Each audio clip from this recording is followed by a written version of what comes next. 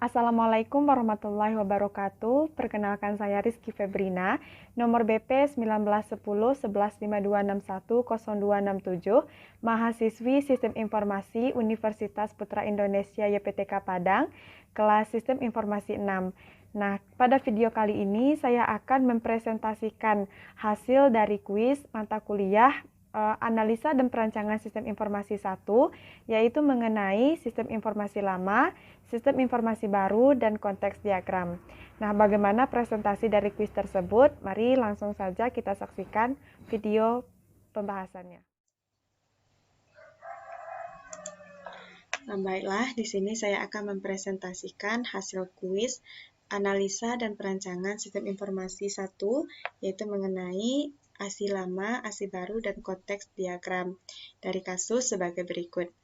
Nah, yang pertama di sini yang kita tentukan adalah entitas, di mana pada kasus ini terdapat 4 entitas.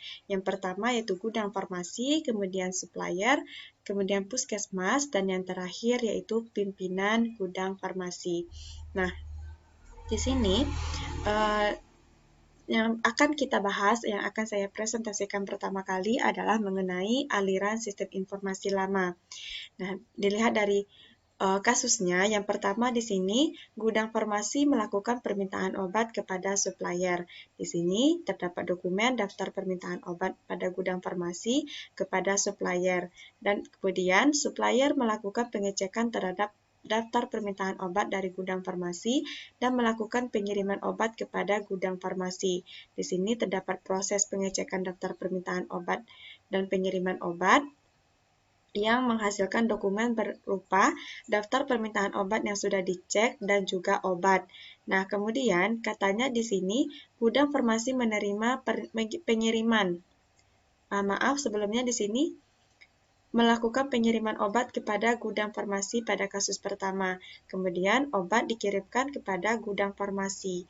Kemudian pada kasus kedua, gudang farmasi menerima pengiriman obat dari supplier dan melakukan pengecekan data obat. Di sini, obat yang dikirimkan supplier kemudian diproses oleh gudang farmasi, yaitu pengecekan data obat, yang menghasilkan dokumen berupa data obat yang sudah dicek. Kemudian, puskesmas melakukan permintaan obat kepada gudang farmasi. Nah, di sini terdapat dokumen permintaan obat oleh bagian puskesmas yang dikirimkan kepada gudang farmasi. Setelah itu, terjadi proses di sini yaitu melakukan pengecekan ketersediaan obat. Puskesmas melakukan pengecekan ketersediaan obat. Kemudian bersambung pada kasus yang keempat, gudang farmasi mengeluarkan surat bukti barang keluar. Nah, jika ada juga ada yang dikeluarkan, maka ada proses pembuatannya. Maka di sini terdapat proses pengecekan ketersediaan obat dan sekaligus pembuatan SBBK atau surat bukti barang keluar. Nah, setelah itu, hasil dari proses ini adalah obat. Setelah dicek, maka obat akan diambil dan menghasilkan dokumen berupa obat dan juga surat bukti barang keluar yang dibuat tadi. Kemudian, pada kasus yang keempat, gudang farmasi mengeluarkan surat bukti barang keluar beserta obat yang diminta dan menyerahkannya ke puskesmas untuk ditandatangani. Nah, obat yang ada pada bagian farmasi diserahkan kepada puskesmas dan surat bukti barang keluar juga diserahkan kepada puskesmas. Nah, di sini surat bukti barang keluar yang diserahkan oleh bagian farmasi ditandatangani oleh puskesmas dalam proses ini. Dalam proses berikut, yaitu penandatanganan SBBK yang menghasilkan dokumen berupa surat bukti barang keluar yang sudah ditandatangani. Kemudian, pada kasus yang kelima ini, puskesmas melakukan penandatanganan bukti barang keluar dan menyerahkan ke gudang farmasi. SBBK yang sudah ditandatangani kemudian diserahkan kepada gudang farmasi. Katanya di sini beserta bukti sampel pemakaian obat di puskesmas. Nah, untuk mendapatkan bukti sampel tersebut, obat yang diberikan oleh bagian farmasi kepada puskesmas tentu saja akan dipakai. Maka di sini terdapat proses pemakaian obat yang menghasilkan dokumen berupa bukti sampel pemakaian obat yang juga diserahkan kepada bagian gudang farmasi. Kemudian, setelah diserahkan kepada gudang farmasi, katanya di sini pada kasus ke-6, surat bukti barang keluar yang telah ditandatangani pihak puskesmas diserahkan kepada pimpinan farmasi untuk ditandatangani. Kemudian, karena SBBK sudah diserahkan kepada bagian farmasi, maka bagian farmasi akan menyerahkan kepada pimpinannya, kepada pimpinan farmasi, dan menghasilkan surat bukti barang keluar yang telah ditandatangani pihak puskesmas dan pimpinan gudang farmasi. Karena sudah ditandatangani oleh puskesmas dan diserahkan ke bagian farmasi, kemudian diberikan kepada pimpinan farmasi dan ditandatangani dan menghasilkan surat bukti barang keluar yang sudah ditandatangani oleh puskesmas dan juga pimpinan farmasi. Kemudian, pada kasus ke-7, gudang farmasi melakukan pembuatan laporan persediaan yang dirangkap 2 dan diserahkan ke pimpinan gudang farmasi. Nah, untuk membuat laporan tersebut, ini data-data ini diambil dari surat bukti barang keluar yang sudah ditandatangani oleh puskesmas dan pimpinan farmasi. Maka, SBBK yang sudah ditandatangani pada pimpinan farmasi kembali diserahkan kepada bagian farmasi untuk dibuatkan pembuatan laporan persediaan obat. Karena bukti barang keluar, maka ada obat yang keluar dan ada obat yang masuk, makanya dibuatkan persediaan sisa yang ada pada bagian farmasi ini dalam bentuk laporan. Nah, laporan ini dibuatkan rangkap 2, yang satunya diserahkan kepada pimpinan farmasi dan satunya lagi disimpan oleh pimpinan farmasi. Nah, kemudian dari ASI lama tersebut mungkin masih terdapat kekurangan yang ada di dalamnya, maka dibuatkan ASI baru dengan tujuan untuk memberikan pembaharuan di mana syaratnya harus lebih baik daripada sistem yang lama.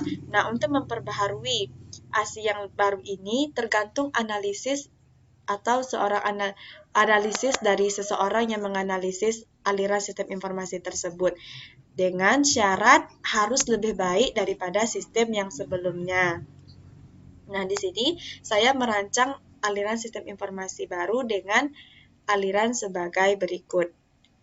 Yang saya perbaiki di sini adalah pada bagian supplier tidak ada atau belum ada daftar ketersediaan obat pada supplier. Makanya di sini yang pertama kali saya tambahkan adalah daftar obat pada supplier, kemudian diinputkan, diproses dan diinputkan ke dalam sistem, bukan hanya data obat tetapi juga persediaan obat. Nah, dari proses ini akan dihasilkan laporan daftar persediaan obat yang akan disimpan oleh supplier untuk mengetahui apa saja obat yang mereka miliki dan berapa jumlah obat yang tersedia pada supplier tersebut. Kemudian, dari proses input daftar persediaan obat ini juga menghasilkan katalog obat langsung dengan jumlah kesediaannya pada supplier. Kemudian, bisa diakses juga oleh bagian gudang farmasi. Dari supplier, kemudian katalog juga bisa diakses oleh gudang farmasi, di mana untuk meminta obat, mengajukan permintaan obat kepada supplier, bagian gudang farmasi bisa men-searching atau mencari obat-obat yang mereka inginkan pada katalog obat. Mereka bisa meminta sesuai dengan yang mereka butuhkan dan sesuai dengan kesediaan obat yang ada pada supplier karena sudah lengkap pada katalog obat tersebut. Nah, mereka langsung bisa meminta dan mencari, kemudian menghasilkan daftar obat yang diminta, kemudian diserahkan kembali kepada supplier. Nah, di sini daftar obat yang diminta sama seperti pada ASI lama, cuman perbedaannya tidak ada lagi pengecekan obat ada atau tidak karena sudah dijelaskan pada katalog tersebut kesediaan obat yang ada pada supplier. Maka gudang farmasi akan mengirimkan permintaan sesuai dengan yang ada pada supplier tersebut. Maka bisa langsung dilakukan pengambilan obat dan menghasilkan dokumen obat. Nah, kemudian dokumen obat yang dikirimkan obat ini dikirimkan kembali kepada bagian farmasi. Nah, bagian farmasi juga membutuhkan daftar kesediaan obat yang ada pada bagian farmasi untuk diserahkan kembali nantinya pada bagian puskesmas. Diserahkan nantinya pada bagian puskesmas. Di sini obat tersebut diproses dengan melalui input data persediaan obat. Obat yang diberikan supplier kepada farmasi diinput kembali kepada katalog gudang farmasi dengan kesediaan yang ada, jumlah obat yang tersedia pada gudang farmasi, dan juga menghasilkan laporan data persediaan obat bagian farmasi yang diarsipkan atau disimpan oleh bagian farmasi. Selain itu juga menghasilkan katalog obat dan kesediaan jumlah obat pada bagian gudang farmasi yang nantinya bisa diakses oleh puskesmas. Nah, di sini puskesmas juga pada kasus tersebut puskesmas juga melakukan permintaan obat kepada gudang farmasi. Di sini sama pada bagian farmasi dia bisa mencari daftar obat apa saja yang diinginkan, kemudian menghasilkan daftar permintaan obat yang sesuai dengan kesediaan yang ada pada gudang farmasi, dikirimkan pada gudang farmasi, kemudian daftar permintaan tersebut bisa langsung diproses oleh bagian farmasi. Yang pertama, pengambilan obat secara manual, kemudian untuk menghasilkan SBBK atau surat bukti barang keluar tadi, di sini sudah melakukan proses secara komputerisasi, secara terkomputerisasi, di mana pengambilan obat menghasilkan dokumen berupa obat dan SBBK menghasilkan surat bukti barang keluar. Kemudian perbedaan yang ada di sini adalah pada bagian laporan persediaan obat pada bagian farmasi. Di sini ditambahkan arsip. Tadi pada kasus tidak ada kata-kata arsip, tidak dijelaskan untuk diarsipkan. Di sini kita arsipkan, diarsipkan pada bagian pimpinan dan juga diarsipkan pada bagian farmasi. Nah, secara keseluruhan, proses pada ASI yang baru ini adalah sudah melalui proses yang terkomputerisasi dan tidak lagi melalui proses yang manual.